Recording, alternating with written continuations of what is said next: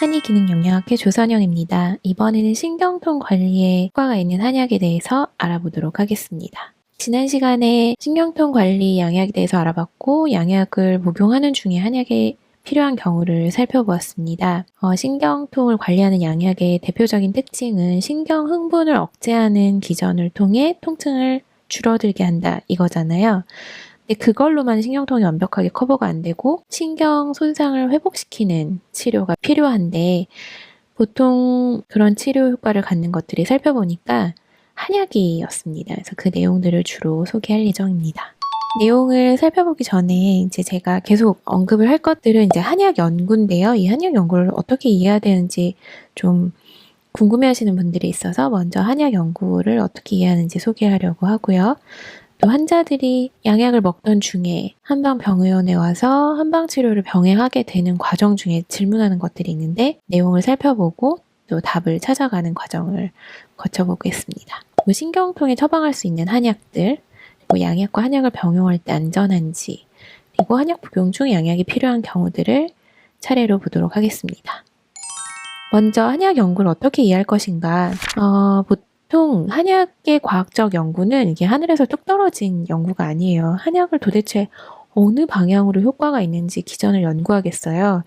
그 방향을 찾는 것도 사실 되게 쉽지 않은 일인데 일단 한약은 기본적으로 의서 또는 증례, 한의사의 경험에서 효과들이 어느 정도 방향을 밝히고 있는 것이 있습니다. 그래서 의서의 효능을 과학적 기전으로 설명하는 방법들을 많이 택했는데요. 이게 리버스 파마콜로지라고 합니다. 파마콜로지, 알이 빠졌네요. 네. 그리고 의서의 내용에서 힌트를 얻어 새로운 효능을 실험실 연구를 통해 발견하기도 합니다.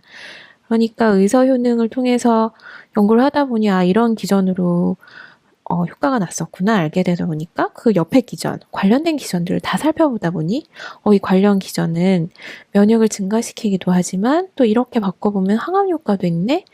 항암 효과랑 면역 기전을 살펴보다 보니까 자가면역 기전에도 영향이 있네?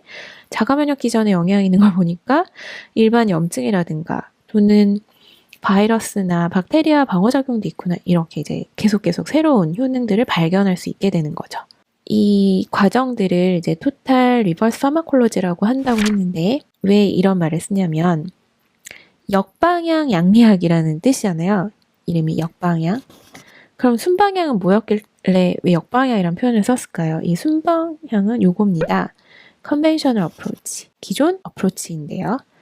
기존 어프로치는 원래 뭐가 약이 될지 몰라서 실험실에서 찾는 과정입니다.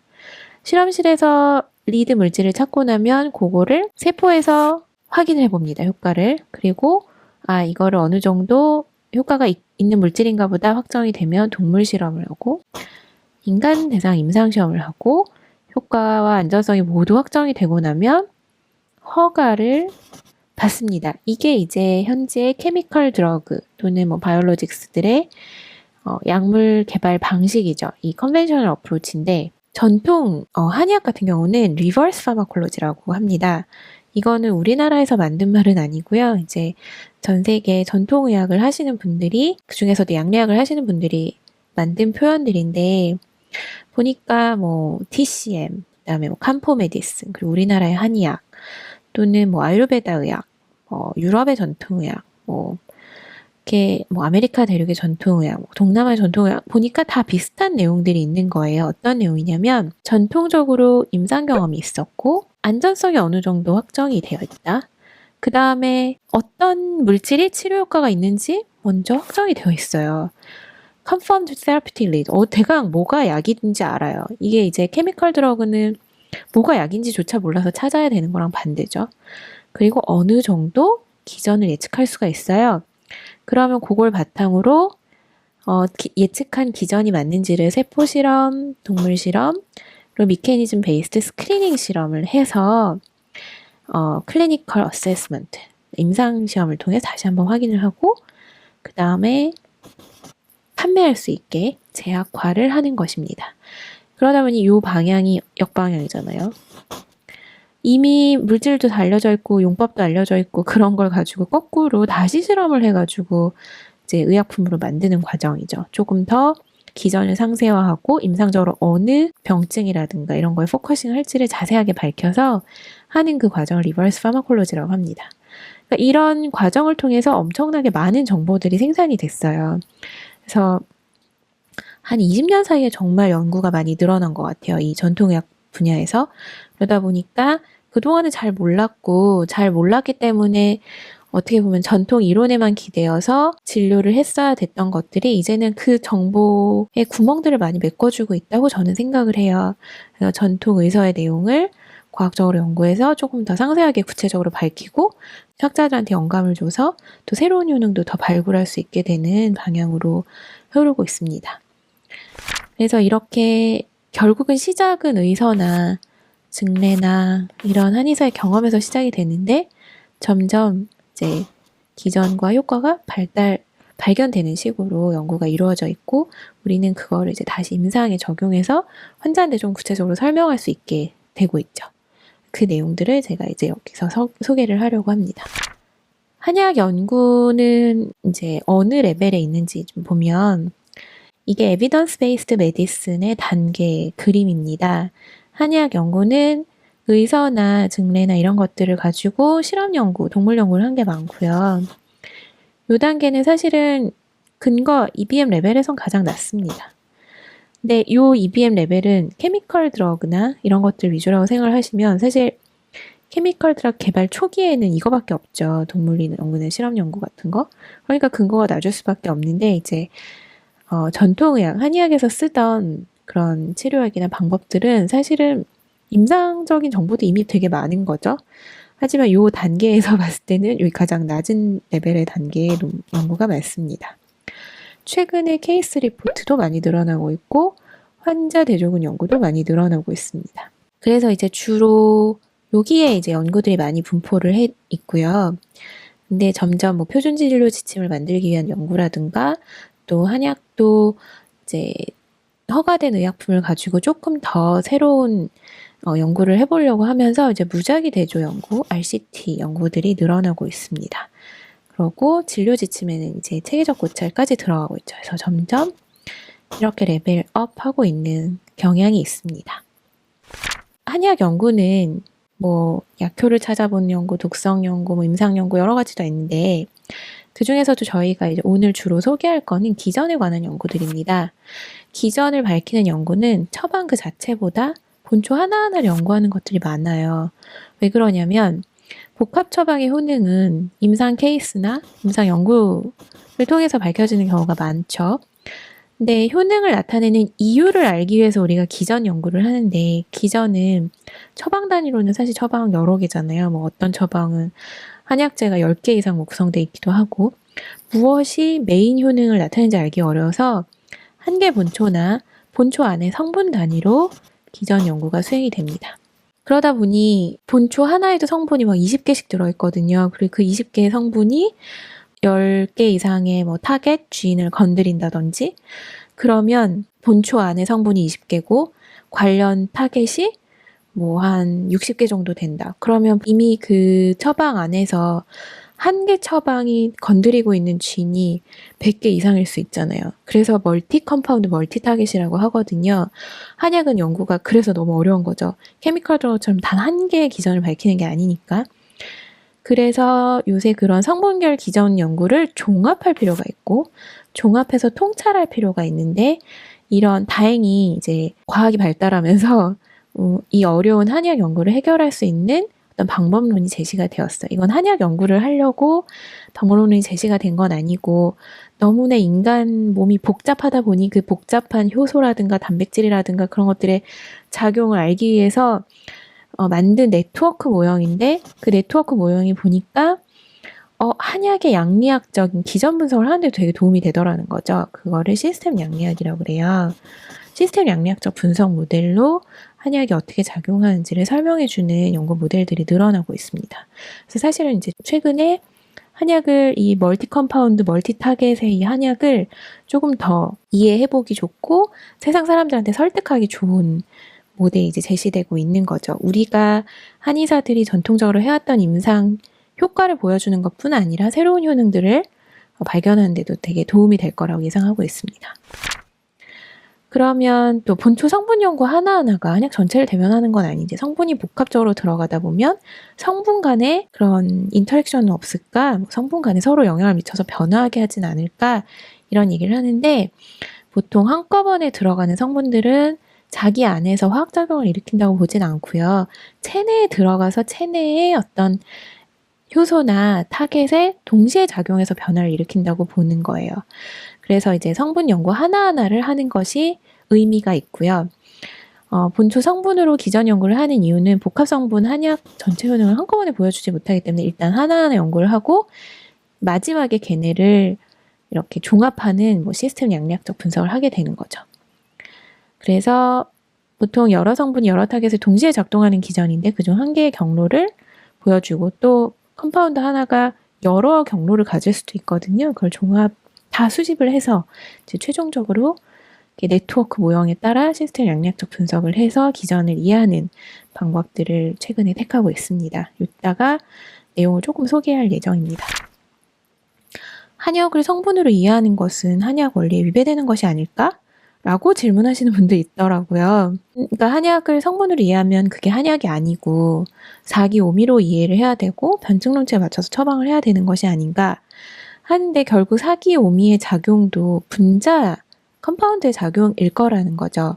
그래서 향과 맛 이런 것들이 그리고 그거를 어떻게 보면 토탈로는 알 수가 없기 때문에 성분 하나하나를 뽑아서 찾아보고 역시 그것도 종합을 하는 방법으로 이해를 할 수 있습니다. 그래서 저는 한약 원리에 위배되지 않고 오히려 사기 오미론을 조금 더 구체화해서 설명하는 데 도움이 되는 방법이라고 생각을 합니다. EBM이 요새 이제 중시되다 보니까 근거 수준이 낮으면 무시해야 되는 건가?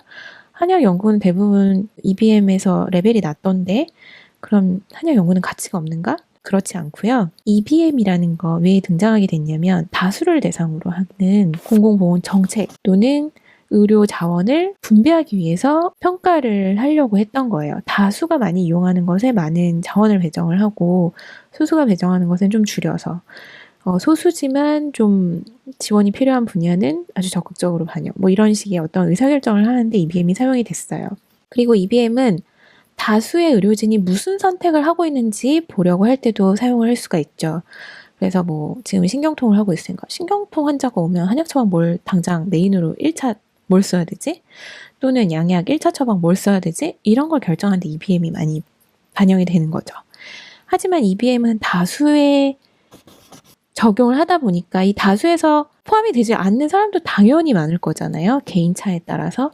그 하나하나는 반영하지 못하기 때문에 사실 당연히 한계가 있어요. 보통 한약이나 이 전통의학은 맞춤 의학이라고 하잖아요. 개인의 하나하나를 존중하고 하나하나의 특징을 반영한 처방을 하고 치료를 하는 게 사실 이제 이 전통의학이라던가 보완대처요법이 기존의 현대 양방의학의 어떤 한계를 보완하는 역할을 할 때 중요하게 다뤄지는 개념인데 EBM도 역시 그런 한계가 있는 거죠. 개인차나 어떤 맞춤 의학적인 측면은 조금 놓치는 부분이 있어요. 그래서 당연히 이제 우리의 체질이나 변증론치를 하는 것도 당연히 필요하고요.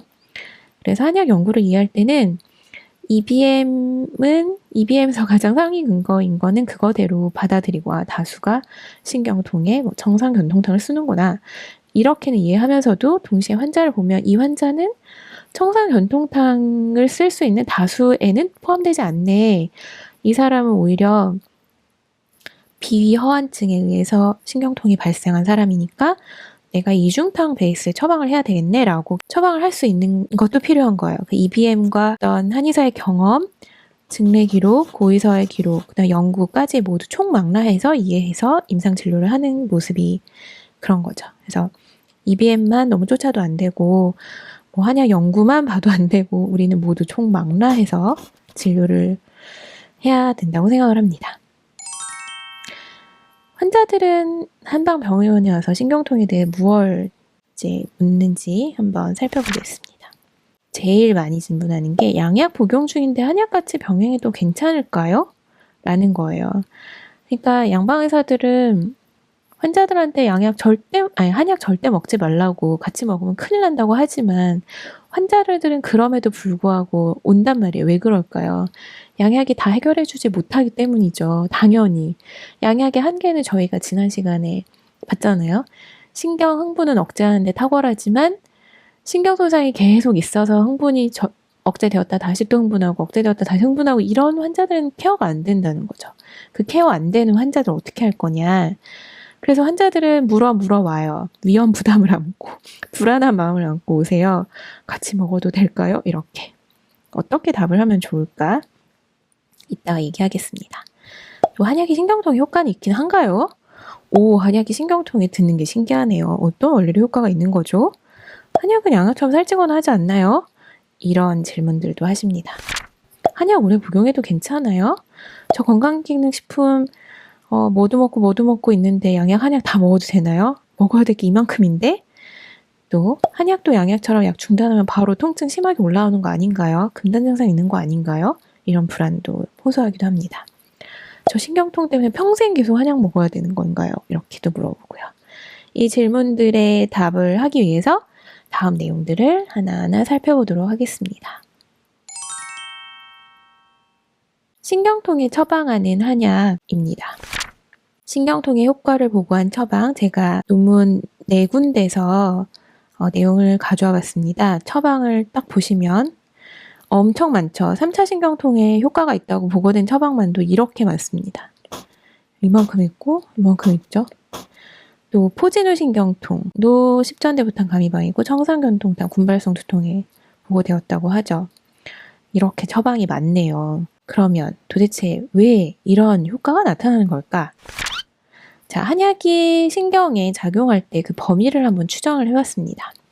이 그림은 뭐냐면 여기 트리저미널 너브 인저리 3차 신경이 손상되었을 때 레벨을 나눈 것입니다.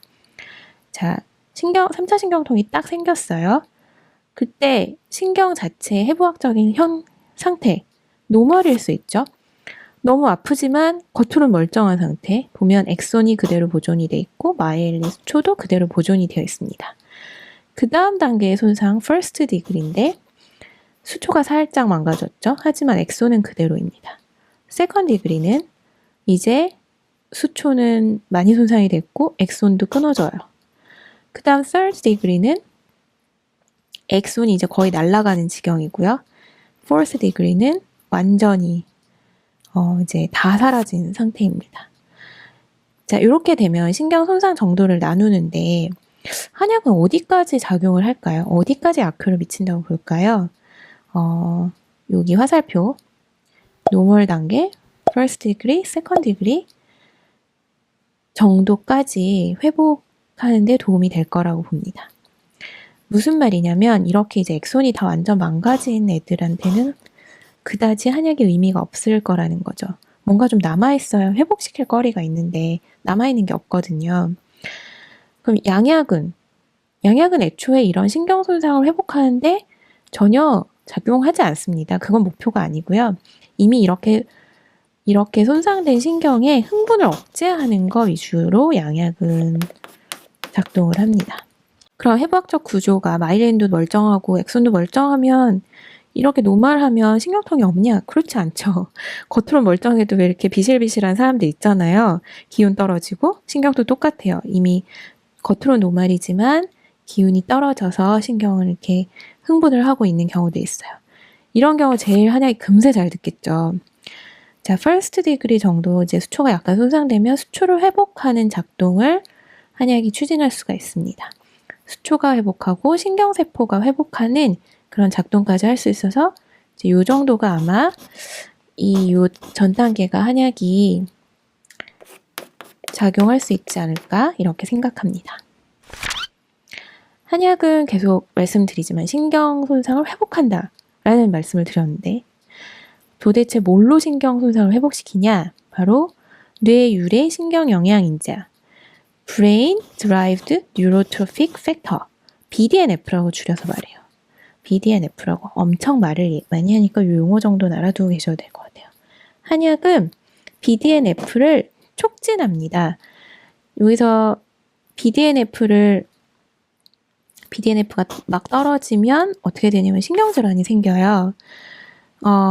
이거는 이제 뭐 말초에 뭐 면역이 문제가 되고 마이크로글리아가 늘어서 염증이 생기고 염증 반응이 생기고 그래서 염증 물질들이 생겨서 그래가지고 BDNF가 뚝 떨어지면 뇌신경세포가 퇴화되고 뉴로지네시스가 줄어들고 뉴럴 플라스티시티가 감소해서 신경질환이 생기는데 한약은 이 BDNF가 감소하는 걸 딱 방어를 해주죠.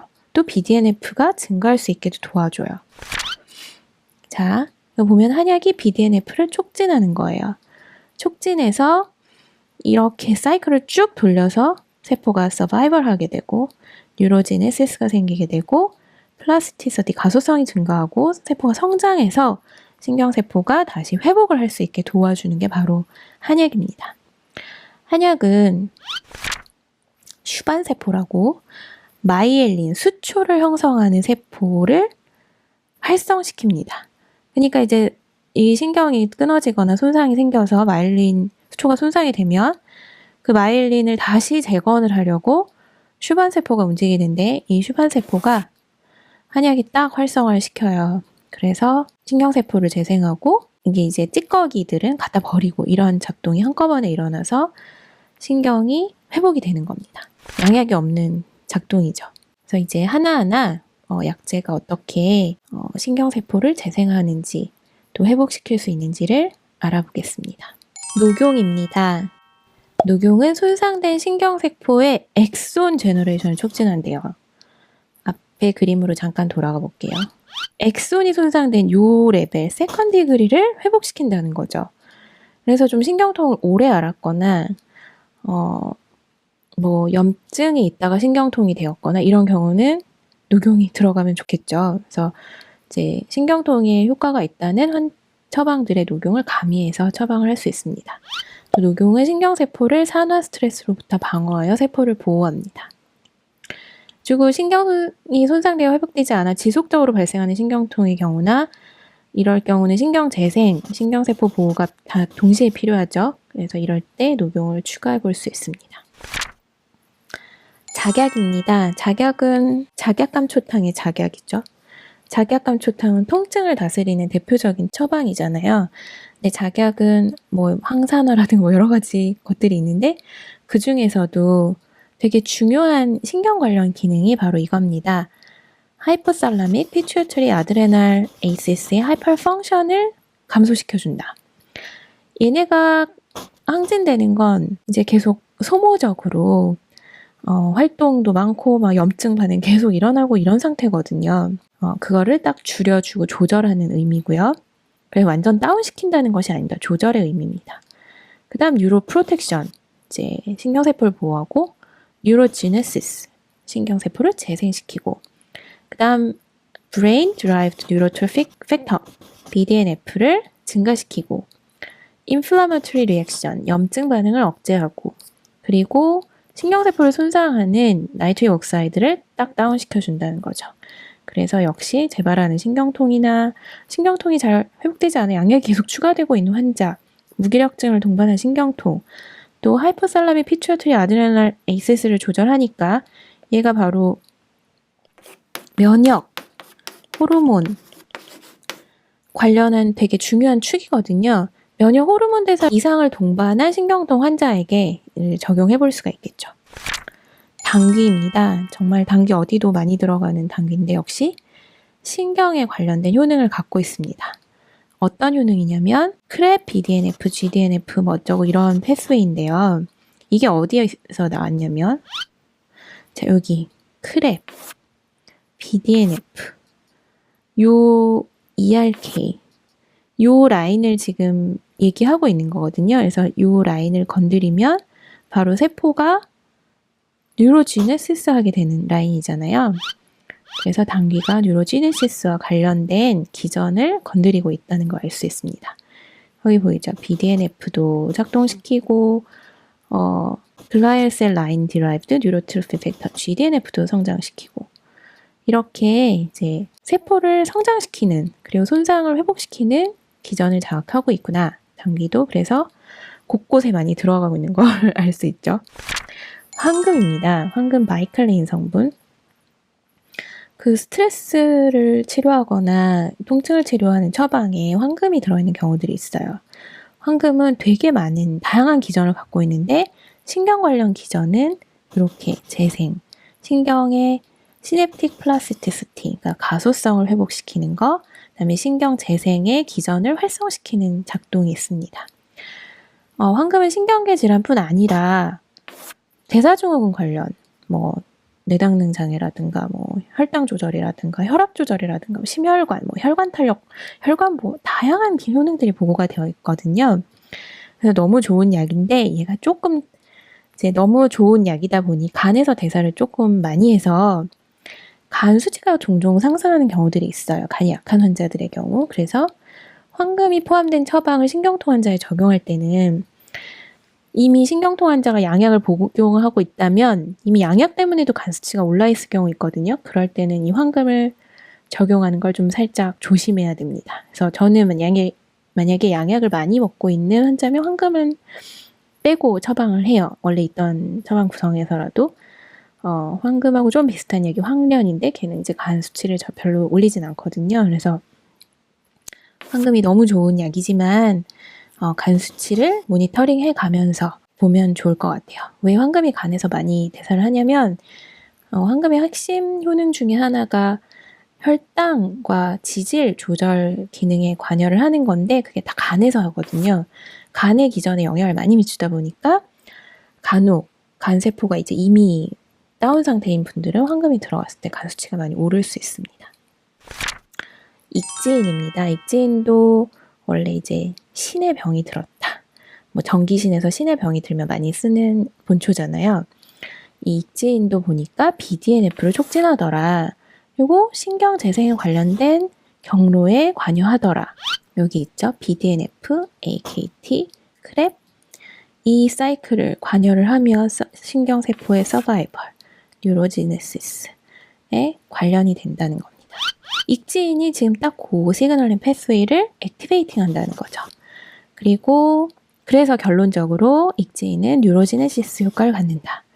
익지인은 특히나 인지기능 이상을 동반하는 신경통일 때 또는 양약을 오래 먹어서 인지기능에도 약간 다운이 있을 때 같이 써볼 수 있는 본초라고 볼 수 있습니다. 시오입니다. 시오는 로타리 같은 약물이라고 하죠. 시오가 정말 다양한 효능을 많이 갖고 있어서 그 중에서 신경 관련한 거 보면 시오는 신경세포가 괴사되는 걸 방어를 해주고 그 다음에 역시나 신경 재생에 관련된 경로를 활성시킵니다. 또 백스나 캐스페이즈 같은 염증 유발 패스웨이는 감소시킵니다. 그래서 시오를 신경통 환자에게 적용해 볼 수가 있고요. 그리고 시오소간탕, 가미소요산, 가미기비탕 이런 데에 이제 시오가 많이 포함이 되잖아요. 신경 관련 증상이 있을 때 시오가 통증뿐 아니라 여러 군데에 작용하는 걸 볼 수 있습니다. 황기입니다. 황기는 되게 특히나 이 뉴로지네시스에 탁월하죠. BDNF도 풍성하고 그런데 황기는 다 좋은데 알레르기가 있는 사람들이 덜어 있어요. 그래서 황기 삼계탕 이런 거 먹고 알레르기 있었는지 한번 확인해 보시고 황기 알레르기는 가볍게는 소화불량, 복부팽만 이 정도인데 어떤 경우는 막 피부 드러기가 있었다고 하시는 분들이 있거든요. 그래서 그런 분들만 빼고 그런 분들이 혹시 소음인일까 한번 생각해 본 적은 있습니다. 신경통이 자꾸 재발하는 어떤 신경 회복이 더디거나 또 양약을 계속 추가해야 되는 경우에 황기를 적용해 볼 수 있겠죠. 갈근입니다. 갈근은 혈당 조절에 특히 효능이 있다고 보기 때문에 이제 실험에서 결과를 보니까 고혈당으로 손상된 신경세포를 보호하더라. 또 슈반세포라고 마이엘린 형성시키는 그 세포를 활성시키고 보호해서 뉴로지네시스가 일어나게 하더라입니다. 그러니까 혈당으로 손상된 신경세포를 회복시켜야 되는 경우가 뭐가 있죠? 당뇨병성 신경병증의 신경통이겠죠. 그래서 갈근을 가미해서 처방을 해볼 수 있을 것 같습니다. 인삼입니다. 인삼에 정말 여러 성분들이 있는데 RG1, RG3, RG5는 BDNF를 촉진하고 RD는 AKT 라인을 촉진하고 또 RD는 BGF 라인을 촉진을 하죠. 그래서 이런 성분들이 뉴로지네시스에 다 관련이 돼 있고 또 마이크로글리아라고 신경에 염증이 생겼을 때 증가하는 물질을 억제하고 얘가 슈반세포도 활성화시킨다고 합니다. 인삼이 들어가면 좀 신경 안정 효과와 신경통도 개선되는 효과가 있죠. 이렇게 물어보세요. 그럼 소양인한테도 인삼 쓰면 이런 효과가 나타나나요? 저는 그렇게 얘기합니다. 한의사 선생님이시니까 소양인한테는 인삼이 좋은 약효보다는 그다지 안 좋은 반응으로 나타나는 거 더 보셨을 거잖아요. 그래서 사람마다 체질에 따라 또는 자기 변증 상태에 따라 그 약에 좋은 점이 더 많이 드러날 때도 있고 부작용이 더 많이 드러날 때도 있죠. 그래서 그걸 감별하고 진단하는 건 한의사 선생님의 몫이라고 생각합니다. 그래서 인삼이 이렇게 실험적으로 좋으니까 나는 소양인 열증인데 인삼 먹어야지 하는 사람은 이제 하나만 알고 둘은 모르는 종합적 판단이 안 되시는 분인 거죠. 그래서 일반인들이 그렇게 생각할 때는 이제 좀 교육을 해주셔서 이게 실험적으로 본 것 요 하나만 결과를 보고 받아들이면 안 되고 임상경험과 의사와 그다음에 증례와 등등을 종합적으로 봐야 된다라고 이제 말씀해 주시면 될 것 같습니다. 이런 거 보면 인삼이 진짜 만병통치잖아요. 그래서 아무 때나 인삼을 드시고 홍삼을 드시는 분들이 있는데 그게 더 안 좋을 수도 있죠. 어떤 분들은 인삼이 이렇게 신경 보호 효과를 보이는 게 아니라 인삼만 먹으면 각성이 되시고 교감신경이 항진돼서 오히려 교감신경이 너무 항진되면 잠을 못 자고 또 그러다 보면 오히려 신경 면역이 떨어지고 염증이 생기고 그거는 신경을 보호하는 게 아니잖아요. 그러니까 방향이 사람에 따라서 다르게 나타날 수 있다는 거죠. 그래서 그거는 감별을 해야 되는 것입니다. 게지입니다. 게지도 참 신경에 좋은 성분들을 갖고 있다고 알려져 있고요. 이 신경의 게지 추출물이나 또는 게지의 대사체 성분. 대사체라는 거는 게지가 체내에서 대사하다가 이제 깨져서 어떤 성분이 다른 걸로 변한 거거든요. 근데 그 대사체 성분들이 약효를 많이 나타낸다고 추정 중이에요. 한약 같은 경우는. 한약은 이제 그 한약의 안에 있는 성분도 천연물 성분들은 되게 분자가 커가지고 그거 자체가 어느 뭐 엔자임이나 타겟에 들러붙기가 되게 어렵거든요.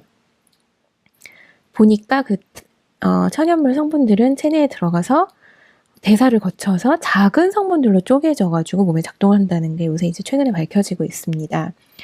그 성분이 보니까 이렇게 Brain Derived Neurotrophic Factor를 증가시키고 그래서 신경세포를 괴사로부터 보호하고 또 항산화 항염증 작용으로도 신경세포를 보호하는 걸 보고되고 있습니다.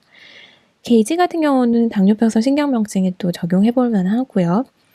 연구에서 보면 게이지와 생강을 같이 조합했을 때 당뇨병성 신경병증 개선 가능성이 더 증가했다고 실험적으로 밝히고 있습니다.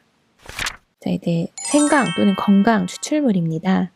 이 이제 성분이 대표적인데 얘네가 염증을 억제해서 신경이 퇴화되는 것을 방어하고 또 항산화, 항염 작용을 통해서 신경세포를 보호할 수 있다는 거죠. 그리고 신경 가소성을 증가시키고 그리고 아스트로사이트라고 이제 염증이 생겼을 때 증가하는 이 세포가 오버 액티베이션 되는 걸 막아서 신경 괴사가 막 진행되는 걸 억제를 한다는 거죠.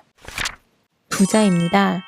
부자도 신경통이 있고 막 신경통 환자들은 보면 냉감이라든가 이상감각을 많이 호소를 하거든요. 그럴 때 이제 부자를 같이 많이 씁니다. 부자의 다당체가 고혈당으로 손상된 신경세포에서 슈반세포를 보호한다고 돼 있죠. 그리고 슈반세포 보호를 통해 뉴로지네시스가 이루어진다. BDNF도 증가시킨다. 그래서 당뇨병성 신경병증에 신경통이 적용 가능할 것입니다. 그래서 왜 의사에 보면 소갈의 말증에 합병증에 이제 팔미에다 부자를 가미한 처방을 쓰게 돼 있는데 보면 어떻게 보면 이런 거죠. 당뇨가 오래되고 합병증이 생겨서 이제 말초신경병증에 신경통까지 이어진 환자한테 부자를 가미한 처방을 통해서 관리를 해보는 거죠. 조구등입니다. 조구등은 아스트로사이트가 막 폭증해가지고 신경을 다운시키는 걸 억제해주고요. 또 염증 물질이 과다 생성되는 걸 억제해줍니다. 그래서 신경의 서바이벌을 촉진하는 거고요. 조구등은 그래서 뭐 치매라든가 아니면 발작, 어떻게 보면 한약 중에서 발작을 억제하는 항경련제 역할을 하는 건데 조구등이 항경련 역할은 어떻게 일어나는지 학자들이 열심히 조사했더니 결국에는 이렇게 아스트로사이트의 어떤 급격한 증가를 억제하고 염증을 억제하고 신경세포를 보호하고 재생하는 데 작동을 해서 이게 양약의 항경련 효과랑은 다르구나라는 걸 알게 된 거죠. 신경이 손상이 되면 칼슘 채널 막 흥분이 일어나가지고 발작, 경련, 통증이 일어나는데 그 신경 손상 양약은 칼슘 채널을 직접 억제를 한다면 한약은 조금 시간은 걸리지만 신경을 회복시켜서 칼슘 채널이 흥분되는 걸 서서히 줄여주는 역할을 한다고 보실 수 있죠. 구기자입니다. 구기자는 신경세포 산화를 억제하고 항염 효과를 통해 신경세포 괴사로부터 보호하고 신경을 재생시키는 역할을 합니다. 구기자 우리나라에서 많이 나오니까 저는 구기자 많이 처방을 합니다. 산수유도 우리나라에서 많이 나오는 거. 산수유의 글라이코사이드는 역시 마이크로글리아와 에스트로사이트가 급증하는 걸 억제하고 BDNF 영양인자를 증가시키고 또 신경 재생에 관련된 경로들을 활성화시킵니다. 오미자입니다. 오미자도. 그래서 오미자, 구기자, 산수유 세트는 사실 제가 되게 좋아하는 한약들이에요. 우리나라에서 많이 나오면서 좋은 품질의 약재들이 있기 때문에 역시 오미자도 BDNF를 증가시키고 산화 스트레스에 관련된 이런 물질들을 감소시키고 그리고 신경을 회복시키는 물질들을 많이 만들어내도록 하고 있습니다. 향부자입니다. 향부자도 항산화 효과가 있고요. 산화 스트레스를 제거하는 그런 물질들을 생기고 그리고 BDNF를 늘어나게 합니다. 그래서 우리 소음인들은 머리 아프면 향부자 팔물탕 이런 거 쓰죠. 엄청 극심한 군발성 두통 환자가 있었는데 향부자 팔물탕을 먹고 오히려 좋아지고 그렇게 가바펜틴이나 프레가발린 써도 안 좋던 환자가 향부자 팔물탕 먹고 더 좋아지고 이런 경우들이 있었거든요. 그래서 향부자도 신경통 개선에 작용을 하는 거죠. 황련입니다. 황련도 황금처럼 되게 많이 경로가 겹치는데 에너지 대사라든가 염증을 억제한다던가 이렇게 신경에 관련된 효능들을 갖습니다. 그래서 이렇게 염증 물질을 줄이고 BDNF를 증가시키고 또 성장인자라든가 염증에 관련된 그리고 에너지 대사에 관련된 경로를 조절을 하기 때문에 당뇨병성 신경병증 같은 데 적용을 해볼 수 있습니다. 이제 처방들을 살펴볼게요. 방풍통성산입니다. 신경의 염증을 억제하고 신경 보호 효과가 보고되어 있습니다. 그래서 울화 또는 화병 양산을 동반한 신경통 환자에 적용 가능할 거고 또 당뇨병성 신경병증 환자에 적용 가능할 것입니다. 방풍통성산 자체가 에너지 대사에 작동을 하기 때문에 혈당이라든가 그래서 같이 써볼 수 있는 처방입니다. 보양한우탕입니다. 이 처방은 이렇게 염증 물질을 억제시키고 신경을 보호하고 신경 손상을 억제하는 그런 작용을 갖고 있었고요. 이 보양한우탕은 보약이잖아요. 그야말로. 그래서 자꾸 재발하는 신경통, 잘 회복되지 않아서 양약을 계속 추가해야 되는 경우에 한번 써볼 수 있습니다. 작약감초탕입니다. 여기 보면 이제 이렇게 복잡한 그림이 보이시는데 이게 바로 작약감초탕의 성분들을 가지고 네트워크 양리적 분석을 한 겁니다. 여기 보면 요 그린 노드가 이 초록색이 작약감초고요. 너무 조그맣지만 붉은색이 그 작약과 감초 안에 들어있는 성분들입니다. 성분들이 이렇게 많죠. 약재 2가지인데 성분이 이렇게 많아요. 그 다음에 블루 노드는 이 파란 색들은 이 성분들이 작동하는 타겟입니다. 그리고 이 마지막은 그래서 종합적으로 경로를 요약한 것이에요. 그러니까 네트워크 분석이라는 게 네트워크 양리라는 게 이런 거죠. 너무나 복잡하게 작동하지만 그거를 한눈에 볼 수 있게 그림 하나에 다 표현을 하는 거예요. 결론은 아마 되게 복잡하고 성분도 많고 하지만 항염증, 항산화, 신경세포 보호, 신경 전달 물질 촉진 그리고 이렇게 신경 보호를 하고 재생을 하는 여러 물질들이 촉진하고 경로들이 활성화된다는 걸 보여주고 있는 겁니다. 실험으로 입증을 하나하나 했고 그걸 종합했고 여러 가지 방법론을 가지고 계속 평가를 해도 계속 한약이 신경세포를 보호하고 신경을 재생시키고 하는 것들이 입증이 되고 있는 거죠. 소요산입니다. 역시 대사체학과 네트워크 양력 분석 방법을 종합해서 주요 기전을 규명을 했어요. 결론은 여기도 보면 이렇게 어느 패스웨이를 건드렸는지 보여주고 그 다음에 파란색은 허브, 이 성분 주황색, 그리고 타겟 여기 녹색 이렇게 보여주는데 이렇게 복잡하게 선을 작동하고 있다는 걸 보여줬는데 결론은 그래서 항염, 항산화, 그리고 성장인자를 촉진한다 입니다. 성장인자와 영양인자를. 그래서 신경세포를 회복시킨다 입니다.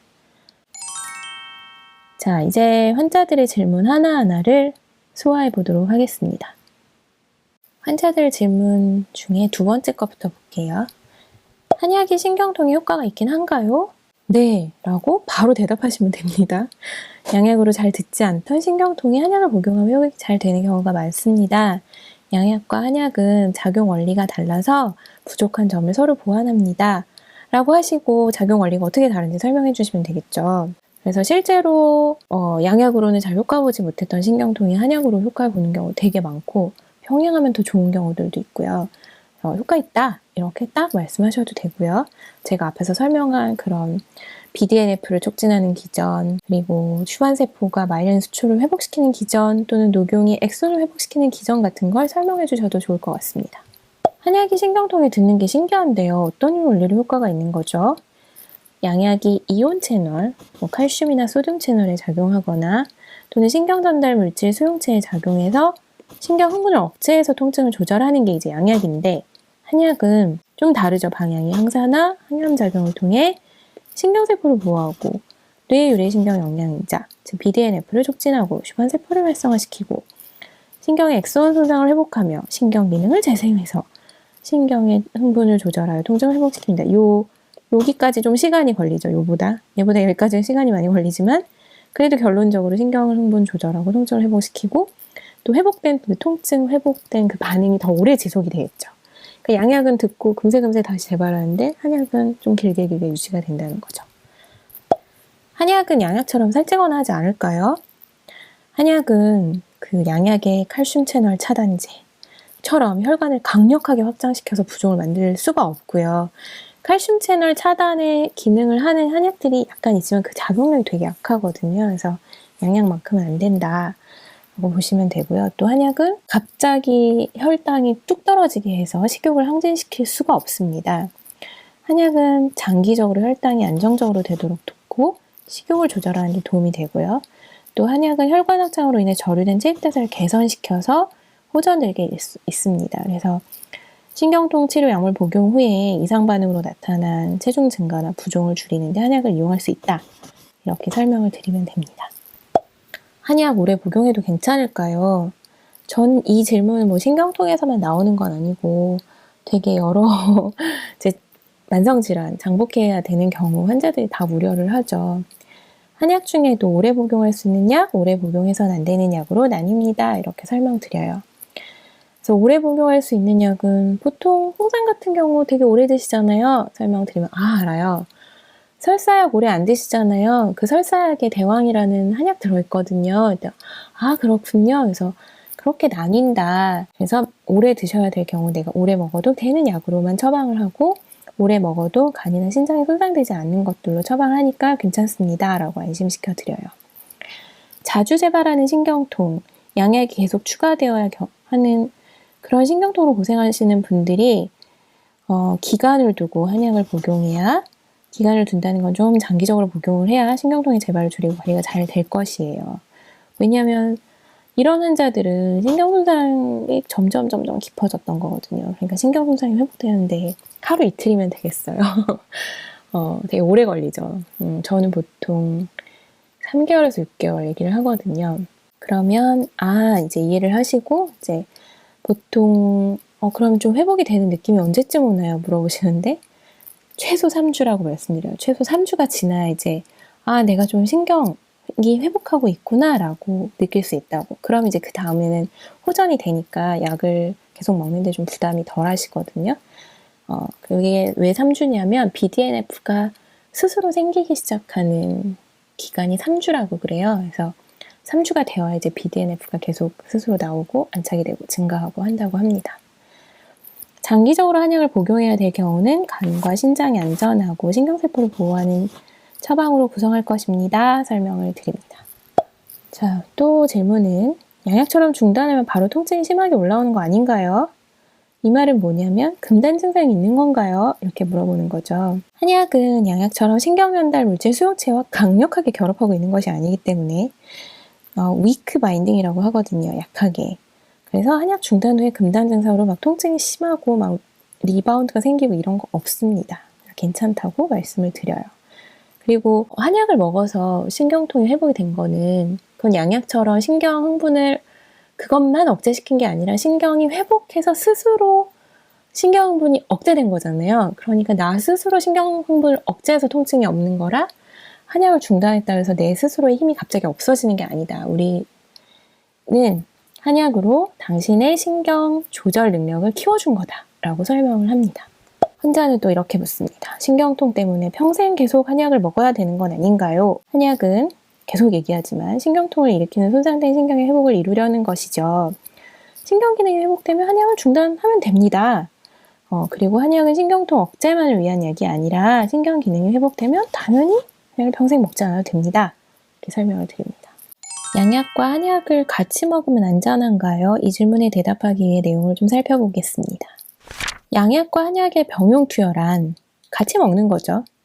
자, 신경통에서는 무엇을 의미하는지 한번 보겠습니다. 기존 복용 중 약물로 호전되지 않은 증상 또는 새로이 나타나는 동방 증상, 약물 이산 반응을 개선하기 위해서 한약 혹은 양약을 함께 병용하는 것입니다. 그러니까 만약에 양약을 먹고 있는 환자가 양약을 계속 먹어도 신경통이 계속 지속이 된다던가 또는 신경통 외에 잠을 못 잔다거나 소화가 안 된다거나 몸이 붓는다거나 이런 새로이 나타나는 동반 증상 또는 신경계 약물을 먹고 어지럽고 시야가 혼탁해지고 운동실조 반응이 생겨 그런 것들을 개선하기 위해서 한약을 먹는 것 또는 한약을 먹던 환자가 뭔가 회복이 안 돼서 양약을 함께 병용하는 것 이런 것들이 바로 한약과 양약을 신경통에서 병용하는 개념이라고 보시면 됩니다. 양약과 한약 각각의 한계 때문에 환자들은 병용을 선택하는 경우가 많아요. 한약과 양약은 서로 방향이 달라서 또 환자들 입장에서는 같이 병용하는 게 효과를 더 잘 보기도 해요. 약물 상호작용 개념은 뭔지 볼게요. 병용 약물 중 한 약물이 다른 약물에 영향을 주어 약효와 약물 이상 반응에 변화가 나타나는 것입니다. 유효성,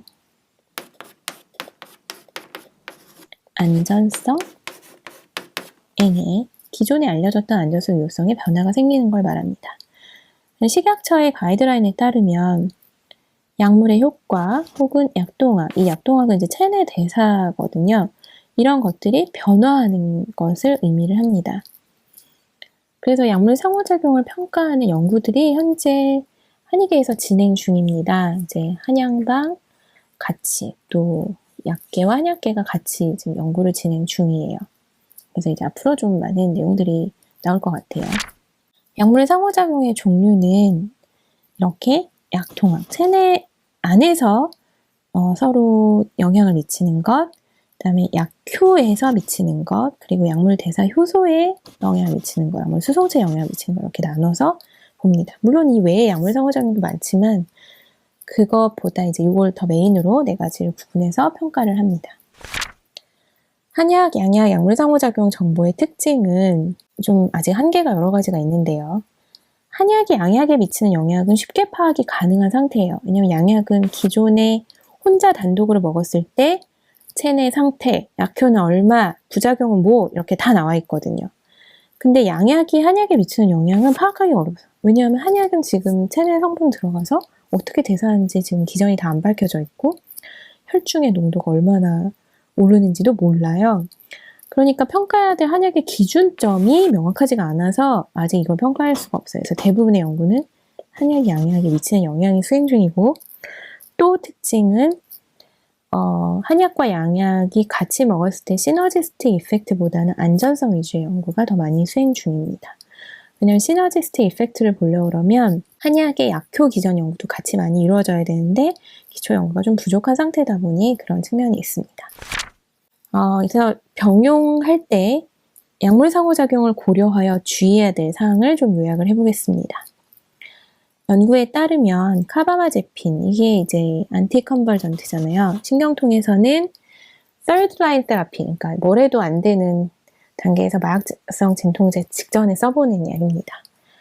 이 카바마제핀 약을 쓸 수가 있는데 신경통에 이런 게 들어가는 환자라면 무엇을 주의해야 되냐면 연구에 해보니까 소시오탄과 소총용탕을 쓸 때 주의를 해야 된다입니다. 그래서 소시오탄, 소총용탕을 신경통에 잘 쓰진 않잖아요. 이건 이제 감기나 뭐 다른 질환에 쓰는데 알레르기나 신경통 환자한테 감기 알레르기 같은 게 생겼을 때 이 처방을 쓸 때 주의하라는 거죠. 이 말은 뭐냐면 카바마제핀의 체내 약물 노출을 감소시켰다는 거예요. 그렇게 되면 어떻게 하냐면 카바마제핀의 항경련 효과가 줄어든다는 거죠. 또 RCT 임상연구, 그러니까 무작위 대조군 대규모 임상연구에서 보니까 소요산과 카바마제핀 병용 시 혈중 카바마제핀 농도가 감소해서 이런 약물 이상 반응이 늘었다입니다. 이거는 카바마제핀 혈중 농도가 감소하면 분단 현상이 생길 수가 있거든요. 항경련 효과가 떨어지고 약물 이상 반응처럼 보이는 것들이 나타날 수가 있는 거죠. 그래서 주의가 필요하다 했습니다. 사실 소요산도 신경통에 쓸 수 있는 처방이기 때문에 카바마제핀을 이렇게 투여 중인 환자한테는 소요산을 쓸 때 좀 주의가 필요하겠죠. 이렇다고 해서 금해야 되냐? 그건 아니고요. 이런 게 안 나타날 수 있고 필요하면 한의사가 판단할 때 소요산이 필요하면 쓸 수 있는 건데 이런 반응이 나타나지 않는지를 모니터링을 해야 된다는 거죠. 마황입니다. 마황은 항경련제와 병용할 때 주의가 필요하다. 그러니까 카바마제핀류 또는 프레가발린하고 또 뉴론틴, 가바펜틴류들하고 같이 할 때 다 주의가 필요합니다. 왜냐하면 마황은 각성이고 항경련제는 안정이잖아요. 완전 효과가 반대로 나타나는 거죠. 그래서 이거를 약효를 줄여는 건지 아닌지 모르게 되는 상태가 되는 거고요. 또 마오 이니비터 약과 들어갈 때 환각 발작이 일어날 수 있기 때문에 주의하자. 특히 마황은 교감신경 흥분제 역할을 하기 때문에 각성 효과를 나타낼 수 있어서 주의가 필요하다입니다. 이 신경통 환자들은 각성제가 들어가면 신경통이 더 증가하거든요. 몸이 예민해지면서. 그래서 마황을 좀 쓸 때 주의를 하고요. 그러니까 신경통 환자들이 양약을 먹다 살이 쪄서 와도 마황을 쓰기는 좀 어려운 측면이 많아요. 그래서 혈관 탄력을 좋아지게 하고 그다음에 체액 저류를 배설시키고 간 기능을 도와서 간을 통해서 지질을 대변으로 배출하는 작동을 이렇게 촉진을 해서 살 빼는 방법으로 돌려야지 마황으로 식욕을 억제하고 이런 게 잘 먹히지 않을 수 있다는 거죠. 또 신경계 작용 약물들은 간과 신장 기능에 영향을 많이 주기 때문에 저는 만약에 환자가 신경계 약물을 많이 먹고 있다면 무조건 간하고 신장 기능 모니터링을 하는 편입니다. 그러니까 이제 한약으로 들어갈 때 더 같이 보게 되고요. 사실 신경계 작용 약물에 대해서 한약의 영향이 광범위하게 조사된 적은 없어요. 그래서 일단 여태까지 밝혀진 연구들을 바탕으로 추정을 해서 갈 뿐이고요. 그리고 치료의 실패 혹은 약물 이상 반응 발생에 늘 주의를 기울여야 돼요. 그래서 제가 이제 지난 양약할 때 양약의 약물 이상 반응 좀 주의해야 될 거를 설명을 드렸던 게 만약에 양약을 먹는 환자가 한약을 같이 병용하면서 치료를 나한테 받고 있다면 근데 그 환자가 약 먹는 중에 뭔가 이상 반응이 생겼어요. 그게 어디서 온 건 줄 알아야죠. 양약 때문인지 한약 때문인지 한약이 양약에 영향을 미쳐서인지 등등을 알아야 되잖아요. 그래서 좀 그런 정보들을 드린 것입니다. 치료의 실패라는 건 뭐냐면 앞에서 예로 나왔던 것처럼 이 소시오탄, 소총련탕이 카바마제핀의 혈중 약물 농출을 감소시켰다 이러잖아요. 이러면 이렇게 치료 실패가 되는 거거든요. 치료 실패가 되면 갑자기 통증이 확 증가할 수가 있고 경련이 생길 수가 있죠. 그래서 그런 게 이제 상호작용 때문에 나타나는 이상 반응 또는 치료 실패일 수 있다는 걸 염두를 해두면 좋겠다. 이제 말씀을 드리는 겁니다. 환자들 질문 볼게요. 양약 복용 중인데 한약같이 병용해도 괜찮을까요?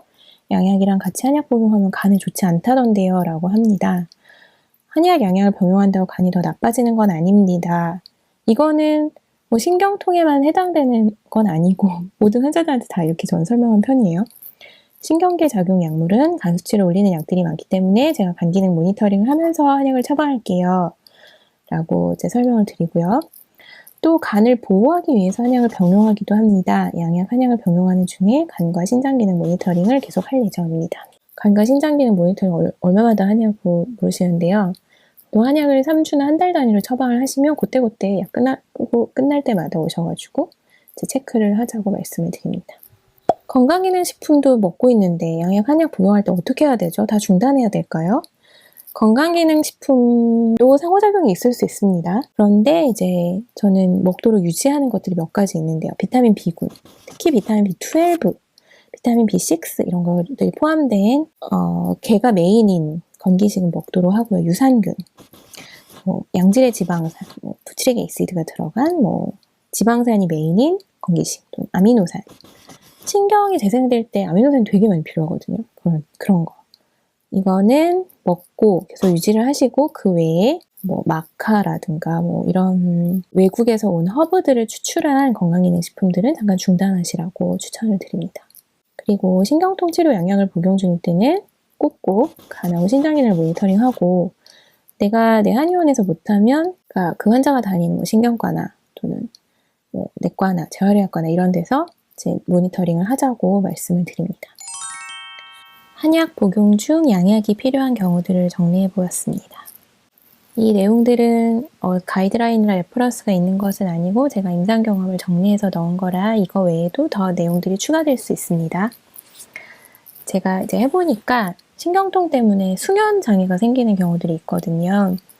그러면 특히 이 통증들, 신경통의 특징들은 밤에 증가하거든요. 그럴 때 밤에 푹 자야 되는데 오히려 신경통증 때문에 더 수면장애가 생기면 푹 자야 신경기능의 회복이 도움이 되고 신경기능이 회복이 돼야 통증도 줄어들잖아요. 그래서 신경분을 억제해서 밤에 통증을 줄여주는 양약의 도움을 받으면 좀 수면을 취할 수 있고 신경이 회복되면 그 약도 안 먹어도 밤에 통증 증가 때문에 잠을 못 자는 경우가 줄어들더라고요. 그래서 수면장애가 생기는 경우 좀 양약을 고려할 수 있다. 너무 완고하게 절대 한약으로만 해야 돼요 라고 하는 거는 오히려 좀 환자를 더 지치게 하고 환자가 지치면 신경기능 회복이 안 돼서 또 회복 더 더디고 하니까 같이 병행을 하는 게 좀 더 빠르다고 생각을 해서 저는 환자들한테 이렇게 권하는 편입니다.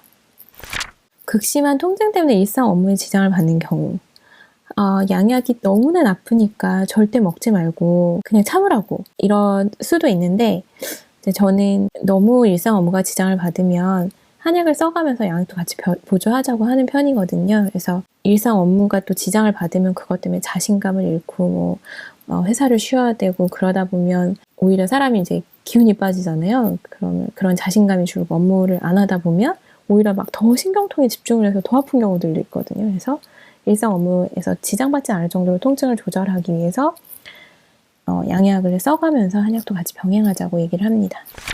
환자들 중에는 이 신경통이 찌른다, 찢는다, 도끼로 내리 찍는다 이런 표현들을 하세요. 그러다 보니까 이 통증 자체가 한번 닥칠 때 너무나 불안하고 공포를 느끼시거든요.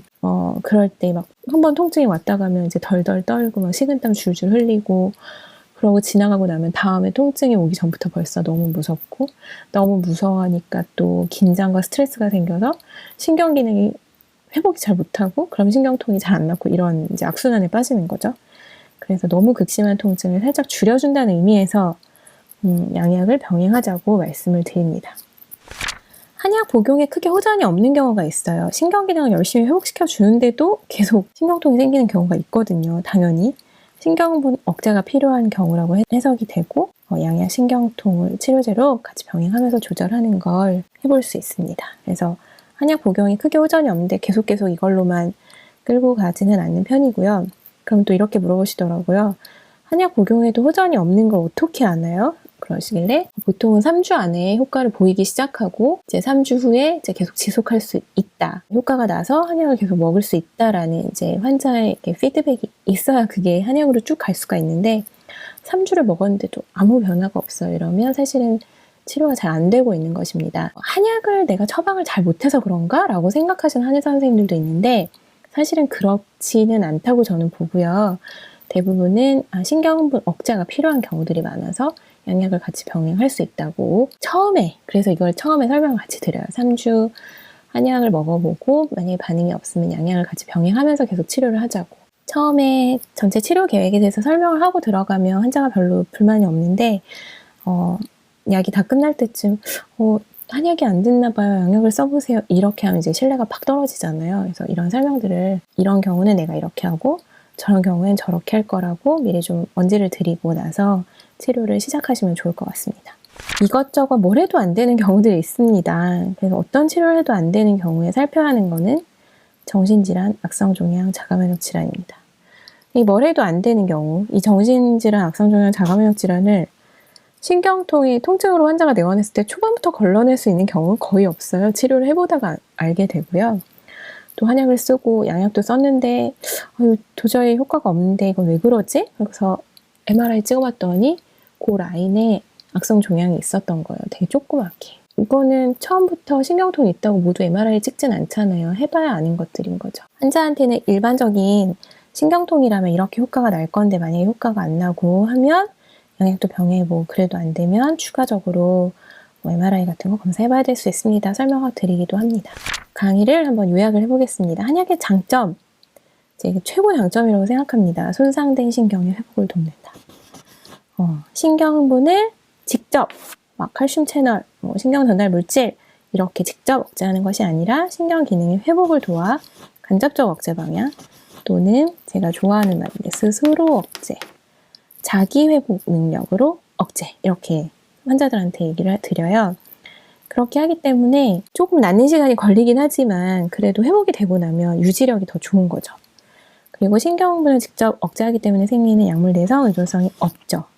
금단 증상이 없죠. 이게 장점입니다. 한계는 통증을 빠르고 강하게 제압하지 못해요. 그러니까 통증을 빠르고 강하게 제압해야 될 경우에는 양약을 병행을 하면서 치료를 합니다.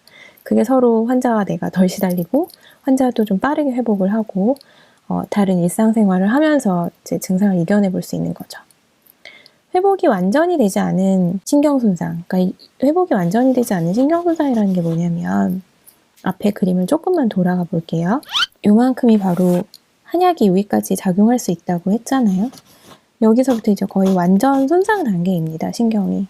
이렇게 되면 이쪽 방면으로부터는 사실 한약이 그다지 할 게 없거든요. 왜냐하면 뭔가 거리가 있어야 회복을 시키니까 이때는 사실 신경이 이렇게 거의 완전 손상 단계에 들어갈 때는 신경분이 조절이 안 되고 계속 통증이 극심하게 나와요. 그럼 이거는 거의 오피오이드 같은 마약성 진통제 같은 걸 쓰면서 조절할 수밖에 없거든요. 이제 신경손상이 무조건 다 한약이 회복시킬 수 있다 그렇게 생각은 안 들고요. 신경손상 회복이 불가한 경우, 수술하다가 신경이 이렇게 손상이 절단 같은 게 된 경우, 신경통 되게 심하신 분들 있거든요. 그런 경우는 양약을 되게 강력하게 쓸 수밖에 없어요. 저요 수술하고 어떤 다른 수술을 하다가 손목 수술을 하다가 의사가 신경을 건드렸는데 그때부터 너무 아파요. 이거 한약으로 나올 수 있나요? 침으로 나올 수 있나요? 하는데 사실은 완벽하게는 안 돼요. 약간은 줄일 수는 있지만 그래서 완벽하게 된다고 말하진 않는 게 좋습니다. 신경통 진료를 하다 보면 특징이 있는데요. 약물 치료를 하더라도 스트레스 관리, 적절한 운동이 꼭 병행이 되어야 돼요. 그래야 신경기능 회복이 더 잘 되고요. 양질의 식사도 중요합니다. 그래서 맨날 김치와 밥만 먹는다거나 삼각김밥만 먹는다거나 라면만 먹는다거나 이런 분들은 절대 신경기능 회복 잘 안 돼요. 근데 20, 30대 너무 바빠가지고 막 일하면서 공부하면서 3차 신경통이 생긴 거예요. 그래서 이제 신경통 때문에 가바펜틴도 먹고 있고 근데도 잘 관리가 안 돼요. 그래서 잘 보니까 먹는 게 너무나 부실한 거죠. 막 삼각김밥, 라면, 국수 이런 걸로 대충대충 때우니까 양질의 단백질, 양질의 지방산 이런 것들이 하나도 없잖아요. 신경 기능을 회복하고 신경을 재생하는데 재료가 없는 거예요. 그게 한약으로 넣어준다고 한들 단백질과 지방산은 직접 먹어줘야 되는 거잖아요. 그래서 그것들은 병행이 되어야 된다고 얘기를 꼭 드립니다. 그리고 환자가 휴식 없이 계속 과로하는 경우 신경통 치료가 풀로 들어가도 회복되지 않아요. 당연히 과로 절대로 피해야 되고 줄이자고 계속 말을 하는 편이고요. 그 다음에 명상이나 심리치료라는 것도 되게 도움이 된다 그래요. 몸이 아프면 생각이 부정적으로 변하고 부정적인 생각은 스트레스를 더 불고 스트레스가 생기면 신경기능은 떨어지고 신경기능이 떨어지면 신경통은 더 증가하고 이러잖아요. 그래서 심리적으로 좀 긍정적으로 생각할 수 있게 아파도 내가 회복할 수 있다는 희망을 가질 수 있게 심리치료라든가 또 자기를 상황을 객관화하는 관점을 가질 수 있게 명상을 하는 것이 되게 도움이 됩니다. 그리고 제일 중요한 거는 한 가지로만 완벽하게 치료되는 경우가 거의 없습니다. 만약에 저는 가바펜틴 먹었더니 신경통이 3일 만에 줄었어요. 이거 되게 가벼운 신경통이었던 거예요. 침만 맞아도 좋아졌어요. 또 되게 가벼웠던 거예요. 한약 며칠 먹었더니 좋아졌어요. 그런 분들은 원래 그렇게 심한 신경통이 아니었던 거죠. 근데 이게 장기화할수록 한 가지로만 절대 완벽하게 치료되는 경우가 없기 때문에 절대 양약만 드세요. 절대 한약만 드세요. 절대 제가 시키는 것만 하세요 하는 의료진은 저는 치료할 수 없다고 생각해요. 그래서 토탈 케어, 다 같이 하자. 오죽하면 팀케어라는 표현을 썼겠어요. 신경통 진료에서. 그만큼 난치성인 경우들이 많아서 좀 진료하는데 주의를 많이 기울여야 된다고 생각을 합니다. 이상입니다.